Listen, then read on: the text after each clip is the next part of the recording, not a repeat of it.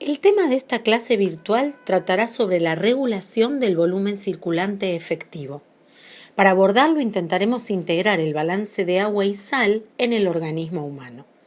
Esta integración deberá tener en cuenta los mecanismos de regulación tanto del volumen como de la osmolaridad del líquido extracelular. Empezaremos viendo los mecanismos de regulación por separado. Los sistemas homeostáticos que regulan volumen y osmolaridad del fluido extracelular están interconectados entre sí. Es importante regular el volumen del líquido extracelular para poder mantener la presión arterial, que a su vez es esencial para una adecuada perfusión y función de los tejidos. El cuerpo regula el volumen extracelular monitoreando y ajustando el contenido total de cloruro de sodio. Por otro lado, es importante regular la osmolaridad extracelular porque osmolaridades hiper o hipotónicas causarán cambios en el volumen celular que comprometen seriamente la función de la célula. El cuerpo regula la osmolaridad extracelular monitoreando y ajustando el contenido total de agua del compartimiento corporal. Estos dos sistemas homeostáticos usan diferentes sensores, diferentes hormonas y diferentes efectores. Sin embargo, tienen algo en común, y es que algunos de esos efectores están localizados en el riñón. En el caso del volumen del líquido extracelular, el sistema modula la excreción urinaria de sodio, y en el caso de la osmolaridad, el sistema modula la excreción urinaria de agua. Pero, ¿cómo hace nuestro organismo para controlar el volumen del líquido extracelular? Para entender esto es importante comprender que el contenido de sodio corporal es el principal determinante del volumen de líquido extracelular. ¿Ah, sí? ¿Por qué? ¿Te acordás que la concentración plasmática de sodio permitía estimar la osmolaridad del líquido extracelular? Esta estimación se hace usando una fórmula sencilla o usando una más completa que considera, además del sodio, las concentraciones de potasio, urea y glucosa. Según estas fórmulas, si aumentara la concentración de sodio plasmático, aumentaría transitoriamente la osmolaridad plasmática, que es la misma que la osmolaridad de todo el líquido extracelular. Veamos un ejemplo. Si nos comemos una picada compuesta por los ingredientes que se ven en la tabla, estaríamos ingiriendo alrededor de 8 gramos de cloruro de sodio. Esto equivale a 140 milimoles de cloruro de sodio que a su vez aportarán al compartimiento corporal una masa de 140 miliequivalentes de sodio. ¿Esta ingesta de cloruro de sodio aumenta la osmolaridad plasmática? El aumento es tan efímero que no podemos detectarlo. Es un aumento transitorio de la osmolaridad. ¿Por qué es transitorio? Veámoslo paso a paso. Nos comemos la picada, una comida muy salada. Absorbemos el contenido nutricional y salino a nivel intestinal. La masa de sodio del extracelular aumenta y por lo tanto aumenta la osmolaridad del extracelular.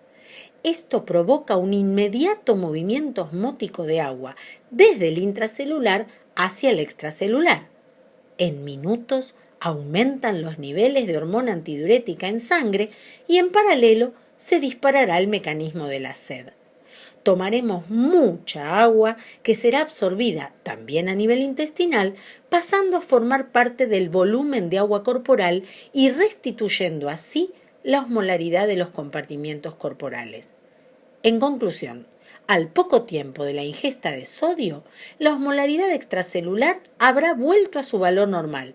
Sin embargo, el volumen del líquido extracelular sí habrá variado. ¿Cómo regulará el organismo un aumento de volumen del líquido extracelular? Por las mismas razones que la ingesta de sodio aumenta el volumen del líquido extracelular, para eliminar el exceso de volumen del líquido extracelular, el organismo debe eliminar sodio. Pero, ¿qué variable es capaz de censar tu organismo? ¿Censa el volumen total del líquido extracelular? En realidad no. El organismo censa el volumen circulante efectivo. ¿Qué cosa censa? ¿Qué es el volumen circulante efectivo? El volumen circulante efectivo es un volumen sanguíneo funcional que causa una perfusión eficaz de los tejidos donde se encuentran los sensores del volumen de líquido extracelular.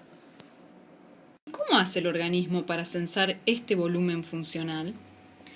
Hay distintos tipos de sensores del volumen circulante efectivo. Están los sensores vasculares, que podemos dividir en receptores de baja presión, como los que se encuentran en el atrio cardíaco y la vasculatura pulmonar, y receptores de alta presión, que están ubicados en el seno carotídeo, el callado aórtico y el aparato yuxtaglomerular. Además, existen sensores tanto en el sistema nervioso central como en el hígado. Sin embargo, son los sensores de la región torácica los que parecen ser más importantes para registrar una modificación del volumen del líquido extracelular. En condiciones fisiológicas y en un adulto sano, el volumen circulante efectivo varía generalmente de manera directamente proporcional al volumen del líquido extracelular. Y a su vez, ambos parámetros son proporcionales a la cantidad total de sodio en el compartimiento corporal. Por lo tanto, frente a una ingesta de sodio, se producirá un aumento del volumen circulante efectivo sensado, junto con un incremento del volumen del líquido extracelular, del volumen plasmático y del volumen minuto cardíaco. Mientras que en la depresión de sodio se producirá una disminución proporcional de todos estos parámetros. ¿Siempre se cumple que el volumen circulante efectivo es directamente proporcional al volumen del líquido extracelular? No, hay situaciones fisiológicas y patológicas donde la proporcionalidad no se cumple. Veamos primero las situaciones fisiológicas. En este caso es notable la influencia de la gravedad sobre el retorno venoso y por lo tanto sobre el volumen circulante efectivo. Por ejemplo, si estamos parados durante un tiempo largo, el volumen de sangre intratorácico disminuye porque disminuye el retorno venoso. En cambio, el volumen circulante efectivo será mayor luego de estar un tiempo recostado, porque la posición aumenta el retorno venoso. Este aumento también se verifica por la inmersión por algunas horas en agua tibia. En este caso, la presión hidrostática del agua comprime los tejidos y por lo tanto los vasos de las extremidades inferiores, lo que termina aumentando el volumen circulante efectivo sensado.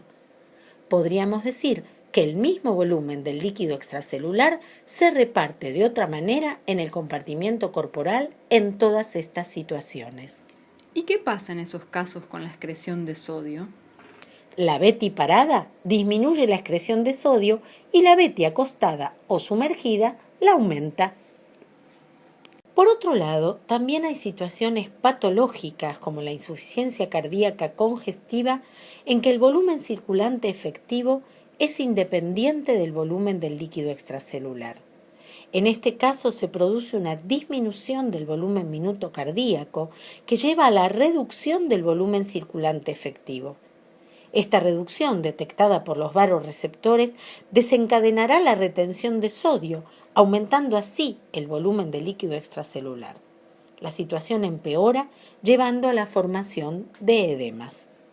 ¿Cuáles son los efectores que participan en la regulación del volumen circulante efectivo?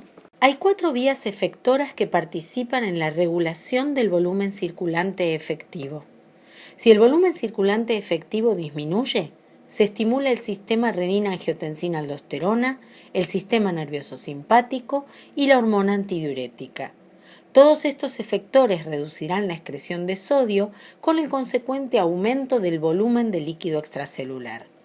Si en cambio el volumen circulante efectivo aumenta, se estimulará principalmente el factor natriurético atrial que promueve la excreción de sodio y la consecuente disminución del volumen de líquido extracelular. Fíjate en el esquema que el sistema es redundante, ya que varias vías eferentes actúan sobre un mismo efector dentro del riñón. Si te hace falta, repasa de las clases anteriores todos los sistemas de regulación. Después de toda esta explicación y asumiendo que comprendimos cómo se regula el volumen de líquido extracelular, volvamos al principio de esta clase. Allí dijimos que la otra variable que el organismo debe regular es la osmolaridad del líquido extracelular, porque sus variaciones pueden comprometer seriamente la función celular. Esto se observa especialmente en el sistema nervioso central. Modificaciones de un 15% en los valores de osmolaridad llevan a disturbios severos en la función del sistema nervioso central. Y por esto es fundamental que conozcamos y comprendamos los sistemas que regulan la osmolaridad. Dijimos también al principio que el cuerpo regula la osmolaridad extracelular monitoreando y ajustando el contenido total de agua del compartimiento corporal. Antes de avanzar en esto, para intentar comprenderlo, recordemos cómo era la distribución del agua en los compartimientos corporales. En un hombre adulto y sano, el contenido de agua corporal de su organismo representa alrededor del 60% de su peso corporal. Este contenido de agua se divide entre el compartimiento intracelular, que representa el 40% del peso corporal, y el compartimiento extracelular, que representa el 20%. Pero, ¿por qué el contenido corporal de agua es el principal determinante de la osmolaridad? Recordemos que la osmolaridad se define como la masa de soluto expresada en osmoles por cada litro de solución. Si consideramos el compartimiento corporal total, su osmolaridad será la relación entre la cantidad total de osmoles corporales y el volumen de agua corporal total. La cantidad total de osmoles corporales no varía en un adulto sano, salvo por causas patológicas. Por esto, alcanzará con regular la cantidad de agua corporal total para regular rápidamente la osmolaridad corporal. ¿Y hay alguna manera de censar los cambios en la osmolaridad? Sí, a través de osmorreceptores localizados en el hipotálamo que envían señales a áreas del cerebro controlando la sed y la secreción de hormona antidiurética. Si, por ejemplo, aumenta la osmolaridad, los osmorreceptores disparan, por un lado, el mecanismo de la sed, lo que nos llevará a tomar agua, y por el otro, controlarán el aumento de hormona antidiurética, disminuyendo la excreción de agua por los riñones. De esta manera, se restituye la osmolaridad a su valor normal. De todo lo que vimos hasta ahora, se deduce que el cuerpo es capaz de regular el volumen y la osmolaridad de manera independiente. Sin embargo, ambos mecanismos convergen en la liberación de hormona antidiurética. Si la osmolaridad del líquido extracelular aumenta entre 1 y 2%, se dispara la secreción de hormona antidiurética. Cuando el volumen del líquido extracelular disminuye más de un 5%, también ocurrirá liberación de hormona antidiurética. Pero, ¿qué ocurre si, por ejemplo, disminuyen ambos parámetros? ¿Qué prioriza el organismo como respuesta más inmediata? ¿La restitución del valor de osmolaridad o la del valor del volumen de líquido extracelular? Veamos primero cómo varía la liberación de hormona antidiurética a distintos valores de osmolaridad plasmática en normovolemia. En este caso, el umbral para la secreción de ADH se encuentra alrededor de 280 miliosmolar. Analicemos ahora el gráfico para distintas condiciones de volemia. En la contracción de volumen, vemos que el umbral de la curva se corrió hacia la izquierda. Esto indica que la secreción de ADH empieza a valores más bajos de osmolaridad. Además, la pendiente de la curva aumentó, lo cual refleja un aumento en la sensibilidad de los osmorreceptores. Si el caso es el de una expansión de volumen, el umbral de la curva se ha corrido ahora hacia la derecha, lo cual indica que la secreción de hormona antidiurética empieza a valores más altos. La pendiente de la curva disminuye, indicando también una disminución de la sensibilidad de los osmorreceptores. Comparemos estas curvas con la de normovolemia. El punto A de la curva roja muestra que para una osmolaridad de 285 miliosmolar hay una secreción determinada de hormona antidiurética. Esa misma osmolaridad tiene una mayor secreción de hormona antidiurética en la curva de contracción de volumen, señalada por el punto B. y una secreción de hormona antidiurética casi nula en la curva de expansión de volumen marcada por el punto C. Esta comparación de curvas nos indica que en general el cuerpo defiende volumen a expensas de osmolaridad. Y ahora sí, luego de esta clase y habiendo aprendido y comprendido los conceptos que implica, anda a la guía de trabajos prácticos a responder las preguntas del cuestionario de regulación de volumen circulante efectivo.